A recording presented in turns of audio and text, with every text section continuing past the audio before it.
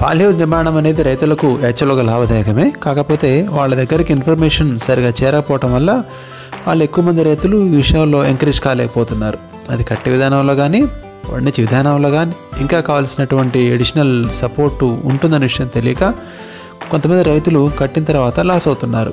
ఇవన్నీ తెలుసుకొని ముందుకు ప్రారంభించిన వాళ్ళు మాత్రం చాలా లాభాలు పండిస్తున్నారు. Poly house, shade net, green net ఈ 3 రకాలు ఉంటాయి.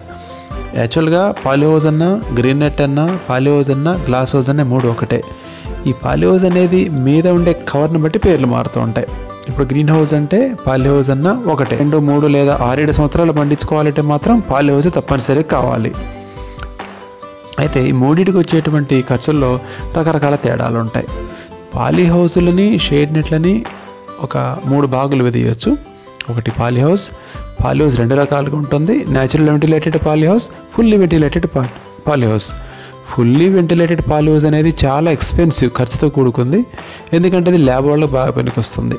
మామూలుగా సాధారణ రైతుకైతేనేమో న్యాచురల్ వెంటిలేటెడ్ పాలీ హౌస్ అయితే లాభదాయకంగా ఉంటుంది. పాలీ హౌస్ కట్టడానికి పెట్టుబడి లేనప్పుడు షేడ్ నెట్లు ఉపయోగించుకోవచ్చు. అలా కూడా లాభదాయకమైనటువంటి కూరగాయల సాగు, పండ్ల సాగు చేసుకోవచ్చు. షేడ్ నెట్లో వర్షం పడినప్పుడు నీరు లోపలికి వస్తుంది కాబట్టి దాంట్లో మనం సంవత్సరాంతం పంట పండించలేం, ఎక్స్పెక్ట్ చేయలేం. అయితే పండించిన కొంతకాలమైనా కూడా పాలీ హౌస్తో సమానంగా ఇంచుమించు మంచి దిగుబడి పొందవచ్చు. పాలీ హౌస్లో సంవత్సరాంతం పంట తీయవచ్చు. కొన్ని పంటలు అయితేనేమో నారు మార్చకుండా 2-3 సంవత్సరాల వరకు కూడా పంట తీయవచ్చు. అదే పూలు పండించాలనుకున్నాం అనుకోండి, ఆ పూలు అయితే 7 సంవత్సరాల వరకు కూడా పంట మార్చకుండా పంట పండించుకోవచ్చు. అంటే మంచిగా పంట పండిస్తే 7 years. పెట్టుబడి పెట్టాల్సి వచ్చినప్పుడు షేడ్ నెట్ హౌస్ అనేవి మినిమం 400 నుంచి 800 వరకు స్క్వేర్ మీటర్ ఉంటుంది. వీటిలో 50% మనకు ప్రభుత్వం సబ్సిడీ కూడా ఉంటుంది కాబట్టి ఈజీనే. పాలీ హౌస్ అయితేనేమో 840 నుంచి సుమారుగా 1100 వరకు వస్తుంది. షెడ్ సైజ్ తగ్గుతుంది అనుకోండి, కాస్ట్ పెరుగుతుంది. అదే మనకు షెడ్ విస్తీర్ణ పెరుగుతుంది అనుకోండి, కాస్ట్ తగ్గుతుంది. రైతులు ఈ పాలీ హౌస్ పెట్టేటువంటి విస్తీర్ణాన్ని నిర్ణయించి దాన్ని డిపార్ట్మెంట్కి చెప్పి వాళ్ళు ఇచ్చేటువంటి కాగితం మీద ఎంత సబ్సిడీ వస్తుందో తెలుసుకొని ఆ నిర్ణయం తర్వాతనే వాళ్ళు బ్యాంకుకి వెళ్ళి లోన్ తీసుకొని పాలీ హౌస్ కట్టడం మంచిది. ఫుల్లీ వెంటిలేటెడ్ పాలీ హౌస్ అనుకోండి, సుమారుగా స్క్వేర్ ఫీట్కి 2000 అవుతుంది. న్యాచురల్ వెంటిలేటెడ్ పాలీ హౌస్ అనేది మన తెలంగాణకు లేదా ఆంధ్రప్రదేశ్కి మంచి సూటబుల్. షేడ్ పాలీ హౌజుల్లో కూరగాయల దిగుబడులు దానికి వచ్చేటువంటి రేటుని బట్టి, వాళ్ళ ఆర్థిక పరిస్థితిని బట్టి వాళ్ళు డిసైడ్ అయ్యి పాలీ హౌస్ కట్టుకోవచ్చు. ఎందుకంటే భూమి విస్తీర్ణం, పరిసరాలు, అక్కడ లభ్యమయ్యేటువంటి కరెంటు, వాటర్ ఇవన్నీ దృష్టిలో పెట్టుకొని పాలీ హౌస్ నిర్మించుకోవాలి. ఎన్ని నిర్మించుకోవాలో బాగుంటుందో కూడా నిర్ణయించుకోవాలి.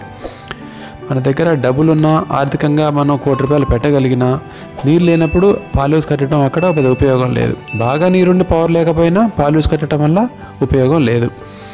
ఎందుకంటే నీరు, పవర్ అనేవి చాలా ఇంపార్టెంట్ ఈ పాలీ హౌస్ యొక్క మెయింటెనెన్స్ కోసం. బ్యాంకులు ఇచ్చినా సరే ఇవి 2 లేకుండా పాలీ హౌస్ కట్టడం అనేది అసలు మనం ఎంకరేజ్ చేయాల్సినటువంటి పరిస్థితే కాదు. ఖచ్చితంగా అక్కడ నీరు, వాతావరణం, భూమి ఈ పరిస్థితులన్నీ గమనించుకొని అక్కడ పరిస్థితుల ఆధారంగా నిర్ణయించుకోవాలి. మనం ఒక 1/2 ఎకరంలో పాలీ హౌస్ నిర్మించుకోవాలి అంటే 9 లక్షలు అవుతుంది. మామూలుగా పాలీ హౌస్లు కట్టాల్సినటువంటి పవరు, వాటర్, సాయిల్ అవన్నీ బాగున్నప్పుడు 9 lakhs అవుతుంది. 1 ఎకరం వేయాలి అంటే 36 లక్షలు అవుతుంది.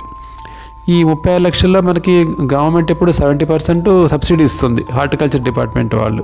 పాలీ హౌస్ నిర్మాణంలో జాగ్రత్తలు తీసుకోవాలంటే నెంబర్ 1 ఆ సైట్కి వెళ్ళి ముందు అవగాహన తెచ్చుకోవాలి. ఎందుకంటే చుట్టుపక్కల పరిసరాల్లో పాలీ హౌస్ నిర్మాణానికి సరిపోని ఉన్నాయా లేదా, అంటే పెద్ద పెద్ద చెట్లున్నా, పౌల్ట్రీ ఫార్మ్స్ ఉన్నా, డైరీ ఫార్మ్స్ ఉన్నా ఆ ప్రాంతాల్లో పాలీ హౌస్ కట్టడం అనేది అంత అనుకూలం కాదు. ఎందుకంటే ఆ ఫార్మ్స్ నుంచి ఈగలు, దోమలు వస్తాయి, వ్యాధికారకంగా కూడా తయారవుతాయి. పెద్ద పెద్ద చెట్లు ఉంటే తీసేసి పాలీ హౌస్ కట్టడానికి లొకేషన్ని మనం బాగా ఐడెంటిఫై చేసి స్టడీ చేయాలి. అక్కడ పాలీ హౌస్ కట్టవచ్చు అని నిర్ణయించుకున్న తర్వాత అక్కడ మట్టి పరీక్ష, నీటి పరీక్ష ఖచ్చితంగా చేయాలి. ఈ మట్టి పరీక్ష, నీటి పరీక్ష ఆధారంగానే మనం కొత్త మట్టి తీసుకొచ్చి మనం అక్కడ డంప్ చేయాలా లేదా ఉన్న మట్టిలోనే మనం పంట పండించు అనేది నిర్ణయించుకొని ఆ నిర్ణయం తర్వాతే పాలీ హౌస్ని కట్టవచ్చు.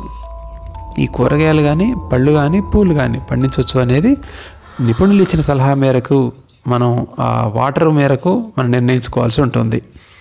ఇంత విస్తీర్ణం ఏరియాలో పాలీ హౌస్ కట్టుకున్నా పర్వాలేదు అనే సలహా తీసుకొని మనం కట్టడం మంచిది.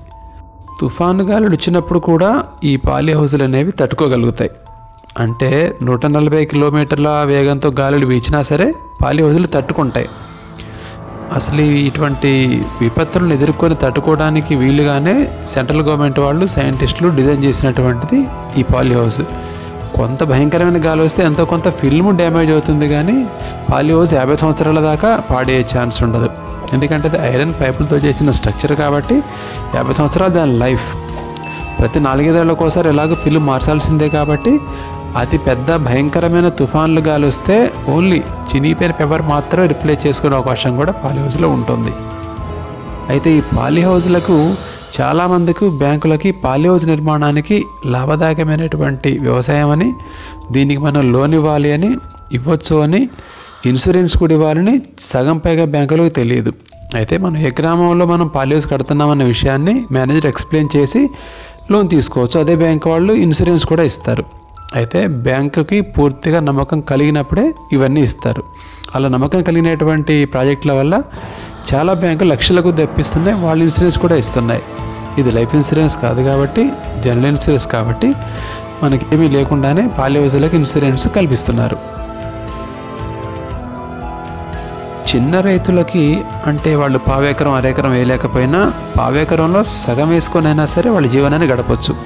అంటే 500 స్క్వేర్ మీటర్లో పాలి హౌస్ వేసుకుంటే వాళ్ళ తాలూకు జీవనాన్ని హ్యాపీగా గడిపేయచ్చు. ఎందుకంటే ఆ మాత్రం పాలి హౌస్ ఆ కుటుంబానికి సరిపడా ఆర్థికమైనటువంటి సపోర్ట్ ఇవ్వగలుగుతుంది. పైపులతోనే వేయాల్సిన అవసరం లేదు. కొన్ని ఈశాన్య రాష్ట్రాల్లో కొన్ని వేల పాలి హౌజులు వెదురుతో వేస్తున్నారు. అంటే అక్కడ ఉన్నటువంటి ప్రభుత్వాలు వాళ్ళకి పూర్తిగా సబ్సిడీ ఇచ్చింది.